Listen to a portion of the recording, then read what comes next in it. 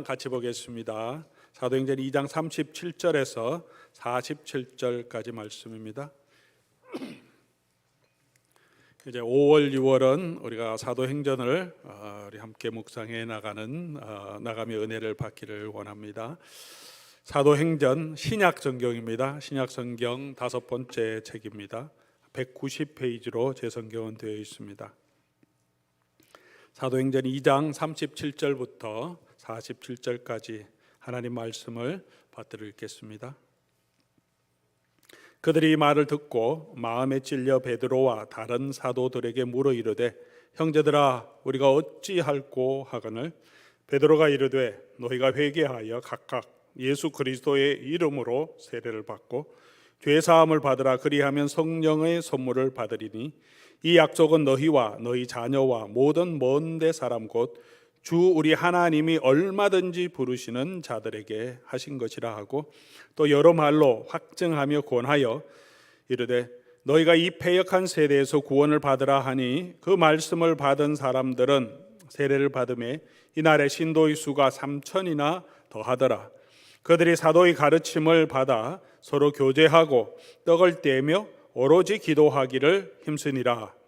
사람마다 두려워하는데 사도들로 말미암아 기사와 표적이 많이 나타나니 믿는 사람이 다 함께 있어 모든 물건을 서로 통용하고 또 재산과 소유를 팔아 각 사람의 필요를 따라 나누어주며 날마다 마음을 같이하여 성전에 모이기를 힘쓰고 집에서 떡을 떼며 기쁨과 순전한 마음으로 음식을 먹고 하나님을 찬미하며 또 온 백성에게 칭송을 받으니 주께서 구원받는 사람을 날마다 더하게 하시니라. 아멘. 요즘 미디어를 보면 기독교에서 나오는 여러 가지 자료를 보면 교회가 많이 성장이 쇠퇴하고 있다 그렇게 말하고 있습니다. 미국 주류 교회도 그렇고 이민 교회도 그렇고 한국 교회의 통계도 비슷한 상황입니다. 교회가 이렇게 숫자적으로 줄어들고 있다는 것뿐만 아니라 기독교의 영향력도 사회에서 굉장히 많이 약화되고 있습니다. 그러나 그럼에도 불구하고 여전히 성장하는 교회들도 있습니다. 새로운 예배의 방식 또 여러 가지 전도 방법들을 또 만들어내고 또 요즘 사람들에게 매력적인 또 그런 음악들 또 그런 미니스트리를 통해서 그런 예배 스타일을 통해서 누구나 편하게 참가할 수 있는 예배들 또 메시지가 격려가 되고 긍정의 힘 또 이런 파지티브 띵킹 메시지도 전하면서 또 그렇게 누구든지 편하게 갈 수 있는 교회들 또 그런 어떻게 보면 트렌디한 교회들을 또 사람들이 많이 모이고 있습니다. 여전히 미국의 큰 교회들로 자리 잡고 있습니다. 그러나 이런 교회가 정말 하나님이 기뻐하시는 교회의 모습일까 하는 데에서 여러 가지 의견이 다릅니다. 그렇다고 전통적이고 또 답보적인 교회가 그러면 복음을 제대로 지켜가고 있나? 그게 더 복음적인 교회인가 하는 일에 대해서도 우리는 다시 한번 생각을 해보아야 합니다. 지상에 있는 교회는 그 어떤 교회도 완전한 교회는 있을 수 없습니다. 잘하는 것도 있고 못하는 것도 있고 책망받을 것도 있고 또 칭찬 들을 것도 있는 교회들입니다.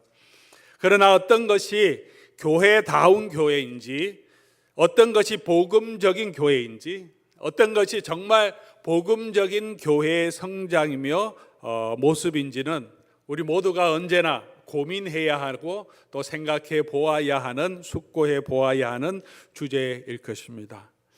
오늘 본문은 예루살렘 교회의 모습을 우리에게 보여줍니다. 성령의 충만함을 받은 후에 그 예루살렘 교회가 어떤 일들을 했는지를 우리에게 보여주는 본문입니다. 예루살렘 교회가 이 땅에 있는 가장 아름답고 이상적인 교회라고 말할 수는 없습니다. 예루살렘 교회도 문제가 있는 사람들도 있었고 교회의 내적인 문제도 있었습니다. 바울이 세웠던 많은 교회들도 초대교회 모든 교회가 가장 이상적인 교회나 그렇지 않습니다.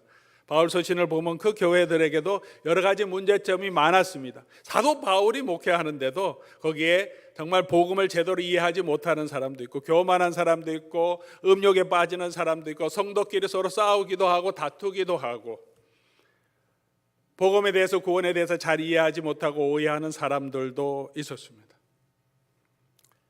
그러나 오늘 이 성경, 이 사도행전이 보여주는 오늘 이 본문의 말씀은, 이런 교회는, 이 교회가 무엇을 하고 있는지는 사도행전 전체를 쭉 읽어가면서 이 사도행전 2장에만 기록하고 있습니다. 사마리아에도 교회가 세워지고, 안디옥에도 교회가 세워지고, 아시아에도, 에베소에도, 고린도에도 교회가 많이 세워지는데, 복음이 전파되고 교회가 세워졌다고만 기록하지, 그 교회가 무슨 일을 했는지 자세하게 교회의 내막은 기록하지 않습니다. 그런데 오직 여기만 예루살렘 교회가 처음 이 성령을 받고 어떤 일을 했는지를 우리에게 기록해 주고 있습니다. 많은 학자들은 이게 교회의 모습이어야 한다. 적어도 이때는 예루살렘 교회가 이렇게 한 것은 정말 성령이 충만한 아름다운 모범적인 교회고, 교회는 이런 공동체가 되어야 한다는 것을 우리에게 보여주는 모델 케이스로 이렇게 기록해 놓았다고 보고 있습니다. 오늘 본문이 보여주는 예루살렘 교회의 특징을 우리가 다시 살펴보면서 우리가 어떤 교회가 되어야 할지, 우리가 어떤 방법으로 이 교회를 이끌어 가야 할지, 신앙생활을 해야 할지 그 지침을 배우며 정말 이런 은혜의 성령의 충만한 교회로 하나님을 믿는, 예수를 믿는 사람들이 날로 더해지는 이런 성경적인 복음적인 성장이 있는 교회로 함께 세워갈 수 있기를 간절히 소원합니다. 이 예루살렘 교회의 특징이 무엇인가 우리 몇 가지 말씀드리면, 첫 번째 가장 중요한 것은 담대한 복음 선포가 있는 교회였습니다. 교회가 어떻게 성장됐냐 하면 담대한 복음 선포로 되었습니다. 오늘 예수 그리스도의 성령을 받은 후에 베드로가 담대하게 복음을 선포합니다. 38절 베드로가 이르되 너희가 회개하고 예수 그리스도를 믿으라. 회개하고 예수 그리스도를 믿으라고 담대하게 복음을 선포하죠. 40절에도 한 번만 그렇게 설교한 것이 아니라 여러 말로 확정하여 그렇게 말합니다. 한 번 선포하고는 예수를 믿든지 말든지 그냥 너네가 알아서 해야 됩니다 그렇게 한 것이 아니라 한 번 설명하고 여러 말로 또 다양한 방법으로 설명했다는 거죠. 12사도가 있었으니까 12사도들이 나누어져서 베드로의 설교 후에 그 그룹마다 찾아다니면서 서로 계속해서 권면했다는 것입니다. 이런 담대한 복음 선포가 있어야 하는데, 그렇게 담대한 복음 선포를 하기 위해서는 먼저 복음의 말씀을 가르쳐야 하고 그 복음의 말씀을 배워야 할 수 있습니다. 베드로가 어떻게 이렇게 복음을 선포할 수 있었습니까? 이렇게 담대하게 복음을 선포할 수 있었습니까? 예수님께 배웠습니다. 사도행전 1장에 예수님 부활하신 후에 40일 동안 하나님의 도를 제자들에게 말씀해 주셨습니다.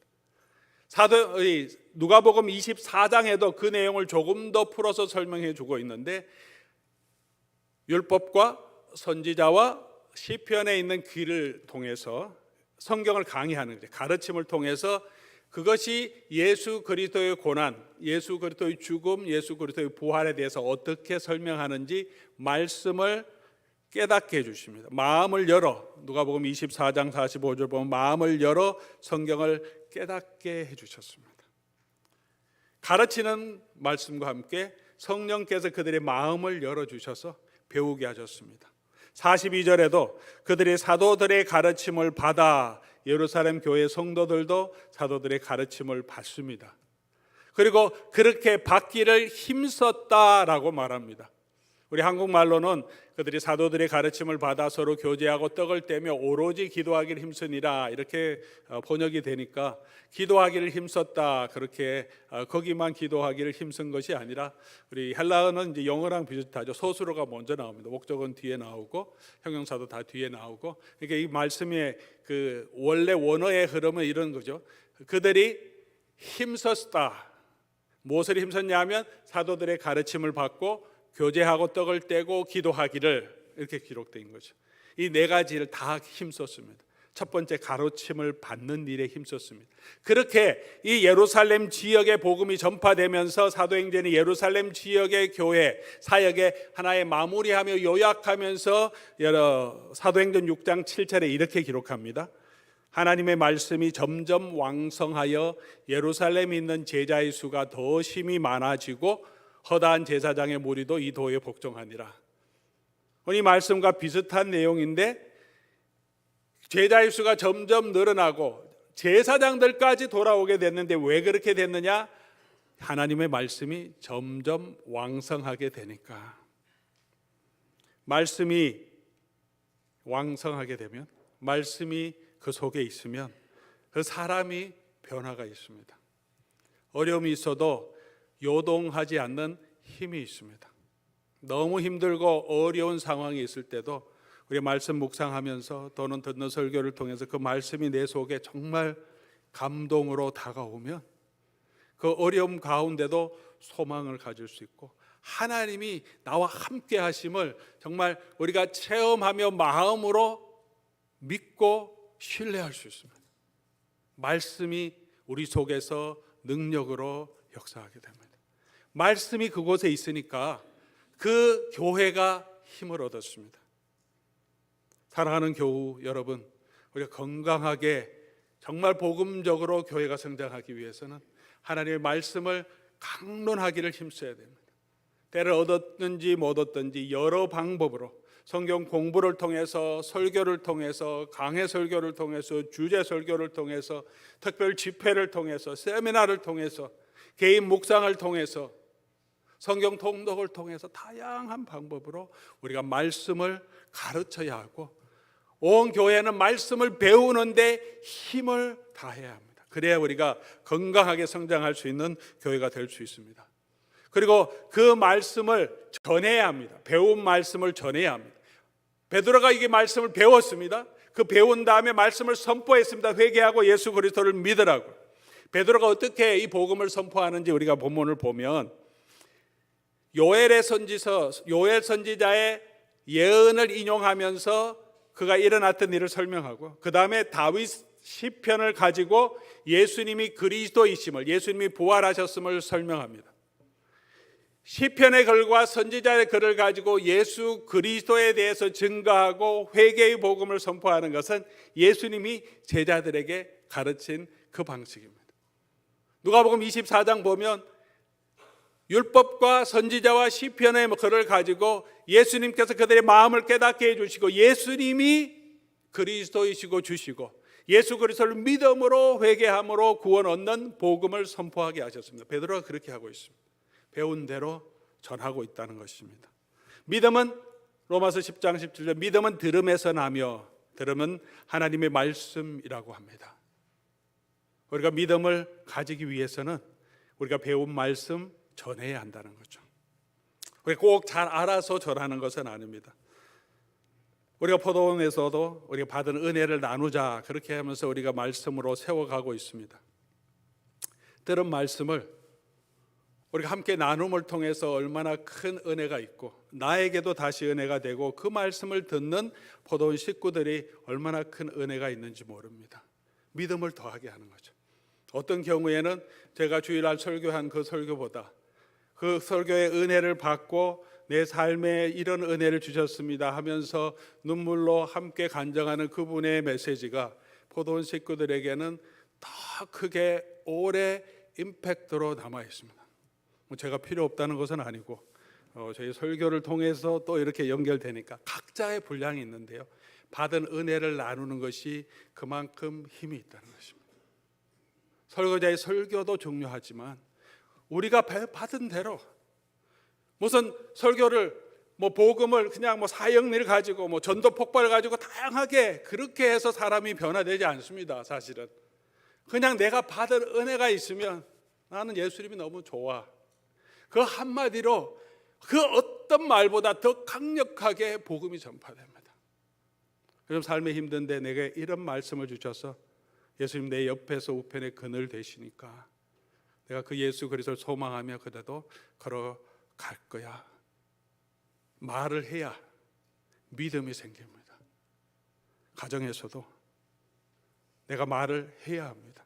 내게 주신 그 은혜를 나누어야 합니다.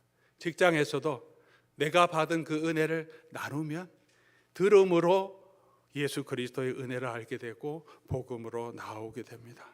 사랑하는 교회 여러분, 그렇게 우리가 받은 은혜를 나누기를, 교회 안에서도 가정에서도 그냥 일반 삶에서도 내가 받은 은혜를 나눔으로 예수 그리스도의 증인이 되는 저와 여러분 될 수 있기를 바랍니다. 그렇게 하기 위해서는 성령의 충만함이 필요합니다.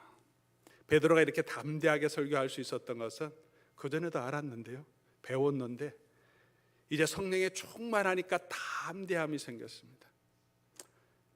성령이 너에게 임하시면 너희가 권능을 받고, 이것은 예언적인 선포입니다. 그리고 그 권능을 받으면 너희가 내 증인이 되리라 라고 말하고 있습니다. 되라고 명령형으로 기록한 것이 아니라, 증인이 되는 것은 우리의 사명이긴 한데 그게 우리의 힘으로 되는 게 아니라는 거죠. 성령의 능력을 받으면 되어진다는 겁니다. 그게 하나님의 일입니다.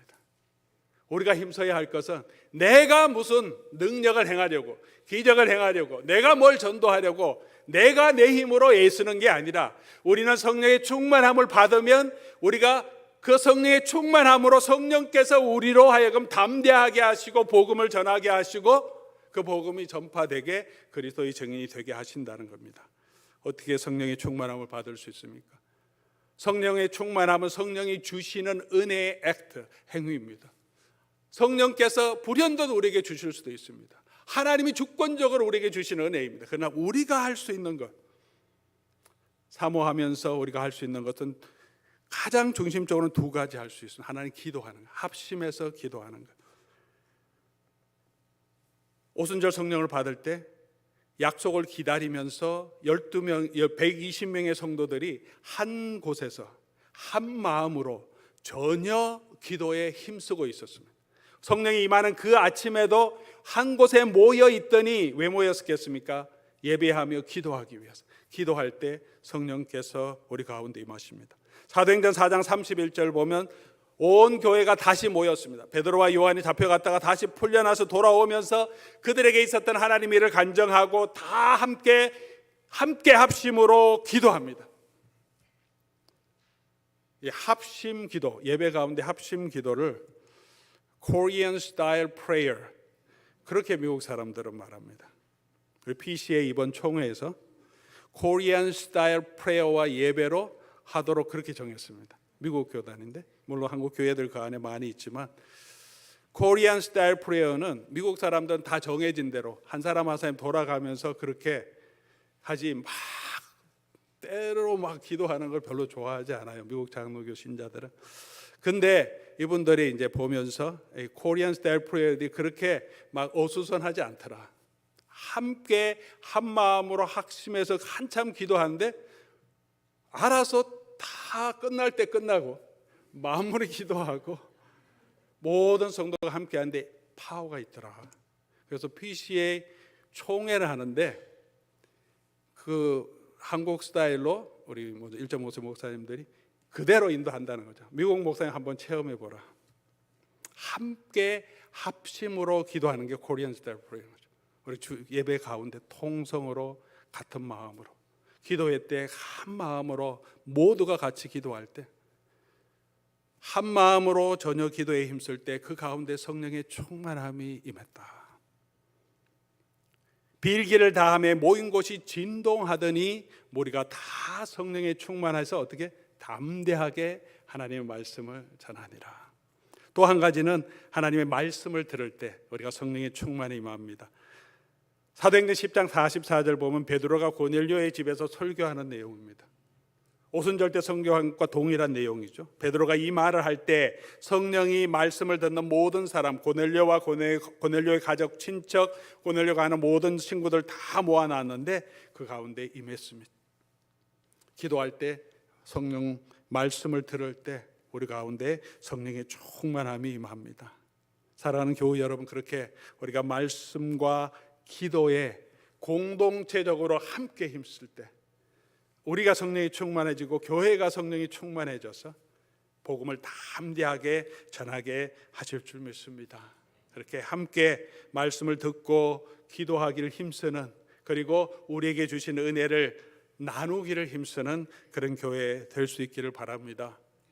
두 번째 중요한 것은 교회의 공동체성이 회복되어야 합니다. 코이노니아라고 우리가 부르기도 하죠. 공동체성. 42절 말씀 보면 42절 말씀, 사도들의 가르침을 받아 서로 교제하고 떡을 떼며 오로지 기도하기를 힘쓰니라. 사도들의 가르침을 받고 선포하는 말씀을 했는데 그 다음에 나오는 게 교제하고 떡을 떼고 함께 기도하는 것. 교제하고 떡을 떼고 함께 기도하는 것. 43절부터 오늘 우리가 읽었던 본문의 내용은 이런 교제, 공동체적인 코이노니아가 어떻게 이루어지는지를 지금 부연 설명합니다. 가진 자들 자기 집과 모든 소유를 팔아서 각 사람의 필요를 따라 나눠주고 같은 마음을 해서 성전에 모이고 또는 집에서 모이고 떡을 떼며 기쁨과 순전함으로 서로 먹으며 음식의 교제를 하며 그리고 함께 기도했다, 함께 예배했다, 그렇게 말합니다. 이걸 한마디로 하면 공동체성이라고 할 수 있습니다. 우리는 신앙을 이야기할 때 너무나 퍼스널라이즈 합니다. 개인화합니다. 신앙은 그냥 개인적인 것이라고 생각합니다. 남의 강요하는 것을 싫어하고 그렇게 하는 것을 미국 사회에서는 금기시하기도 합니다. 내가 잘 믿으면 되지, 그렇게 말합니다.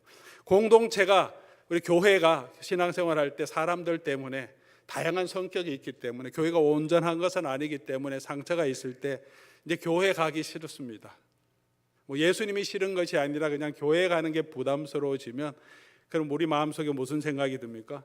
나만 잘 믿으면 되지, 내가 주님과 교제 잘하고 있으면 되지, 그렇게 생각합니다. 그러나 예수님이 이루신 이 구원은 그냥 나만의 신앙, 나와 예수 그리스도만의 관계가 아니고요, 예수 그리스도를 믿는 신앙은 공동체적인 신앙입니다.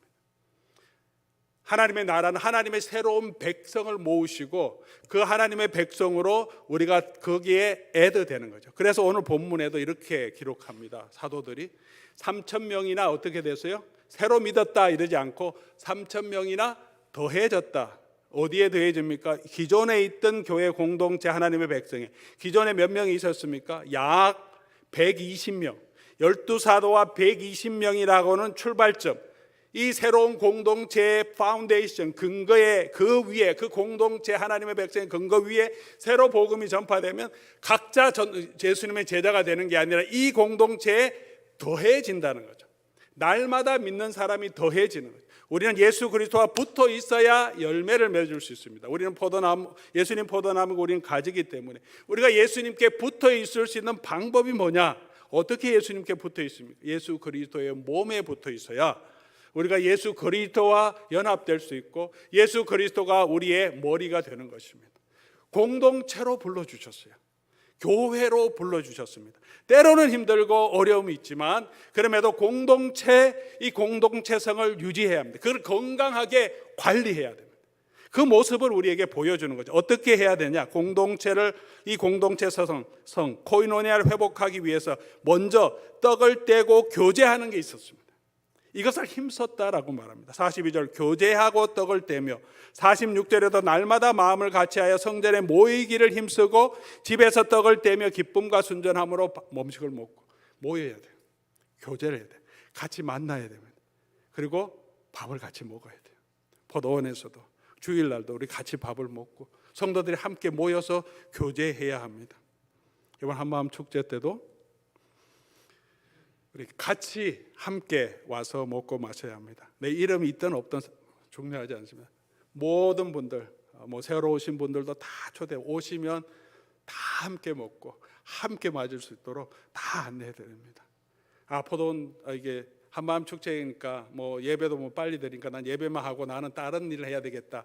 공동체성을 무시하면 그리스도의 은혜와 그리스도의 사랑 안에 우리 잘할 수 없습니다. 성도들이 다 그렇게 생각하면 그런 교회는 건강하게 성장할 수 없습니다. 함께 마음을 합하고 함께 모여야 합니다. 어르신들도 또 우리 포도원 식구들도 아이들도 온 세대가 같이 함께 모여야 합니다.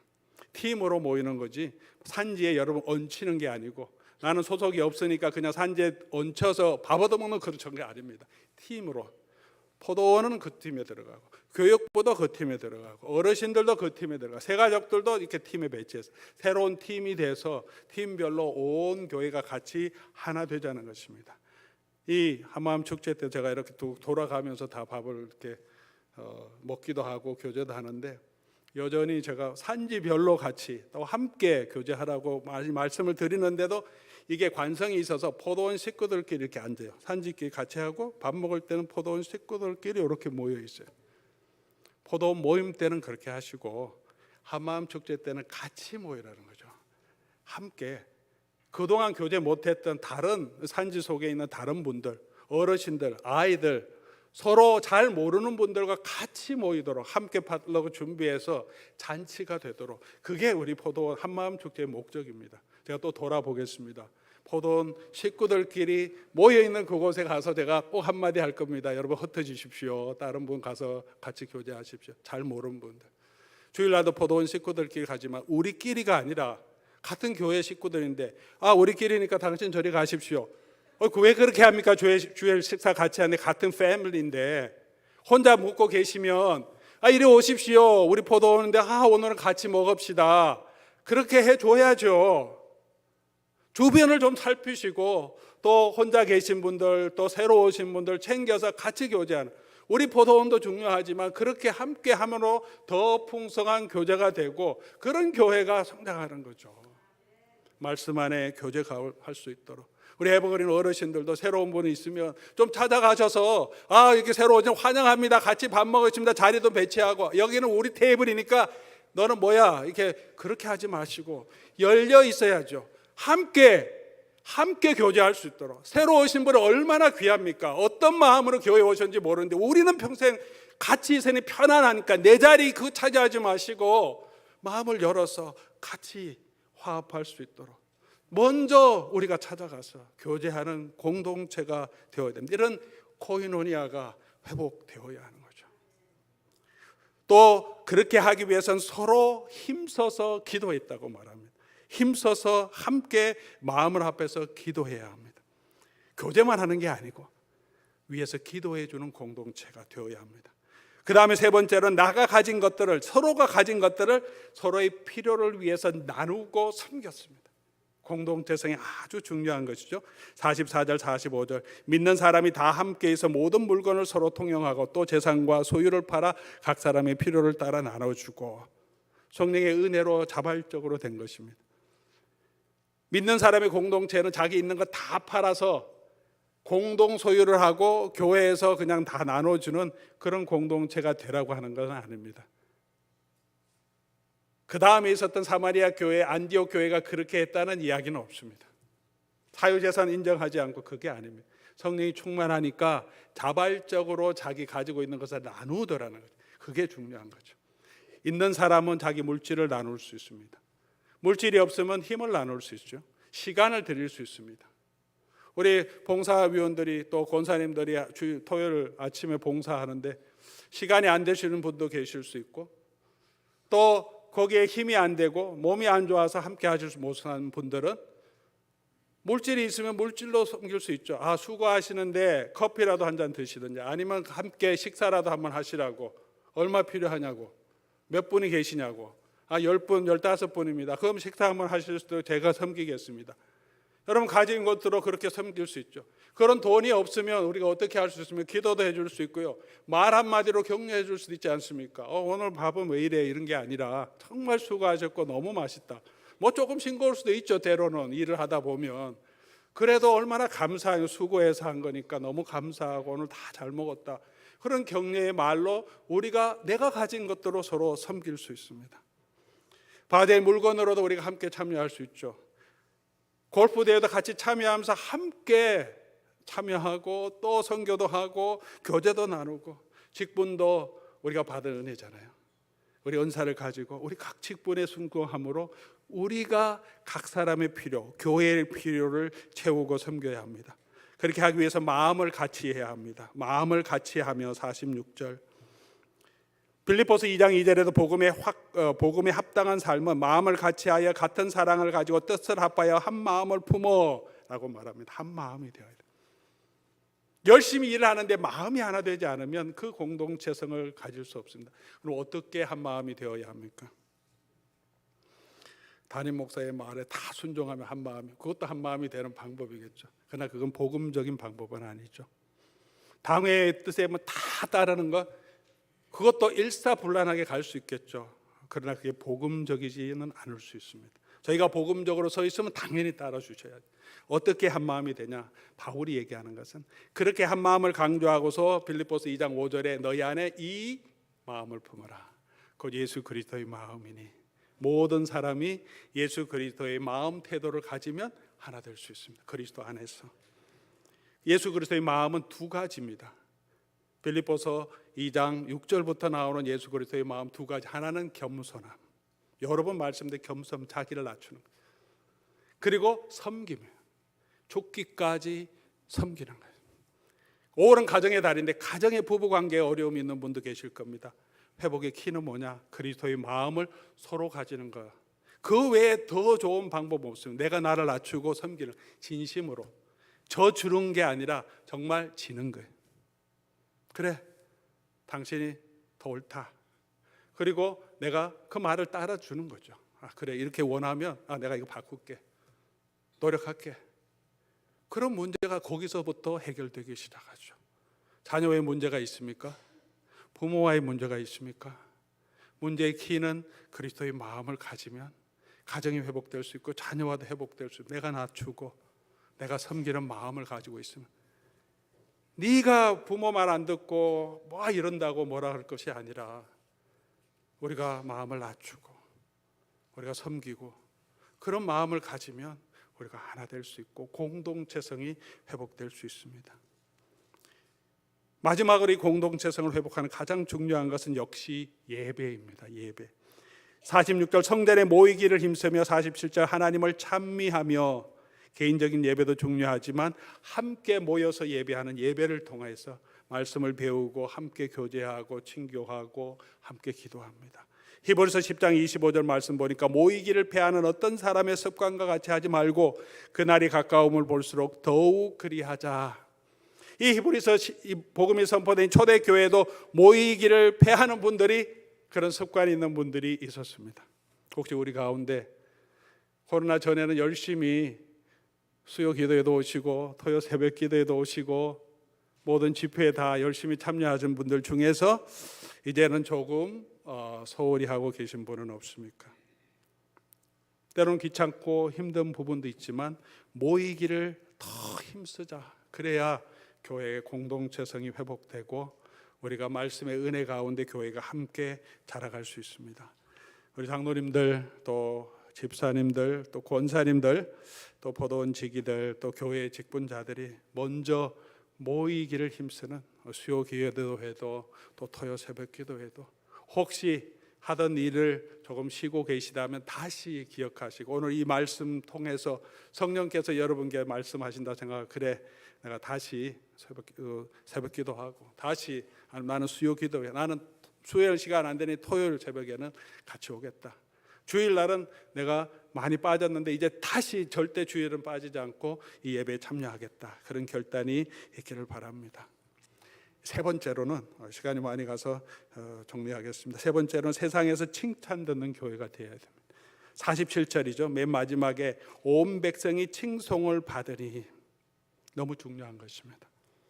우리끼리만 아무리 잘 된다고, 우리끼리 행복하다고 믿는 자의 수가 더하는 것이 아니라 온 백성은 믿지 않는 사람들, 믿는 사람뿐만이 아니라 믿지 않는 사람들에게도 칭찬받는 교회가 되었다는 것입니다.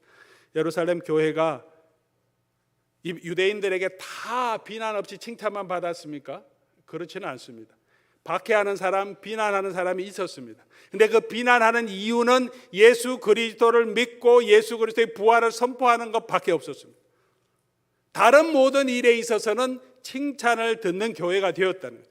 우리가 비난받을 것은 내가 예수 그리스도를 믿고 하나님의 말씀대로 살아가는 그 믿음, 그거는 비난받을 수 있습니다. 그러나 그 외에 다른 것들로 비난받으면 안 된다는 거죠. 교회가 능력 있게 선포되기 위해서는 마태복음 5장 16절에도 너희 착한 행실을 통해서 그 사람들이 하나님께 영광을 돌리게 하라. 그 착한 행실이 어떤 행동입니까?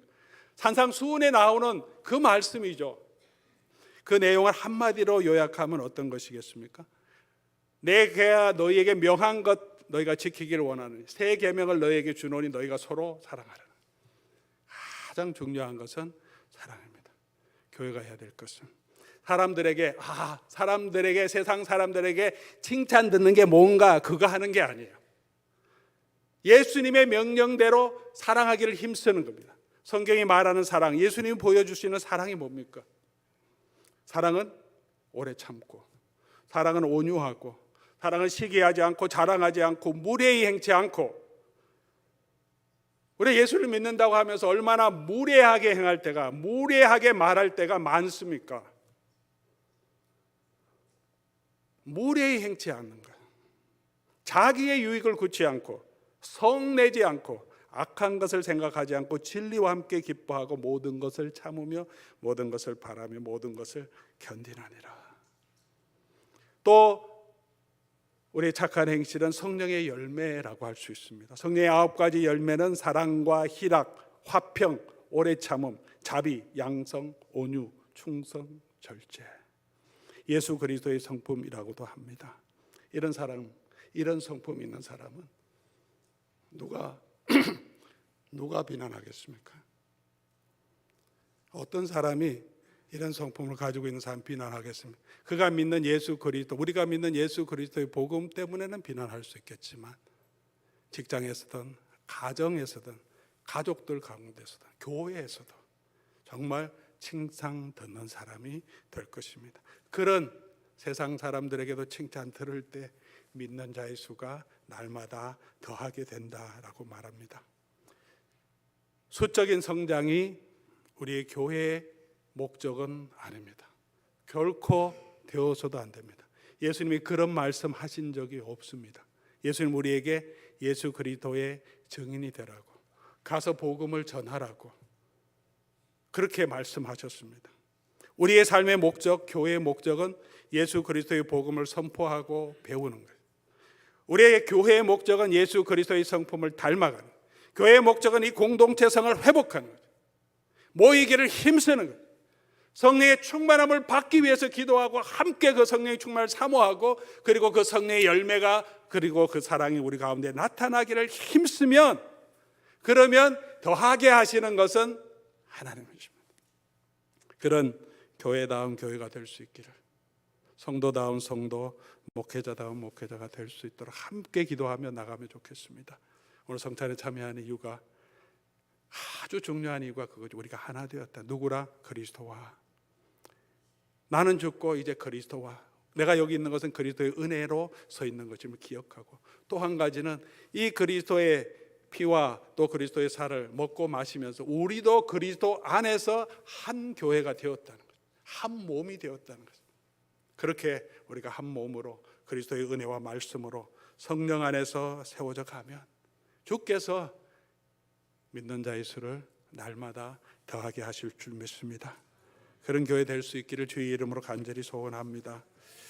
우리 같이 한번 기도하면 좋겠습니다. 찬송해야 되는데 지금 시간이 많이 갖고 성찬을 진행해야 되기 때문에 우리 함께 하려고 했던 찬송은 교회를 교회 되게인데 여러분 주중에 들어보시고요. 오늘 이 가사를 생각하면서 같이 합심해서 기도하며 우리 성찬으로 나가면 좋겠습니다. 우리에게 소원이 하나 있는데 주님 다시 오실 그때까지 우리 가슴에 새긴 주님의 사랑으로 내가 교회를 사랑하게 하시고 우리 교회가 교회 되게 하시고 우리의 예배가 예배 되게 하셔서 정말 우리에게 진정한 부흥을 허락하여 주시옵소서 하는 마음으로 우리 함께 통성으로 우리 성찬을 준비하는 마음으로 기도하겠습니다. 같이 기도합니다.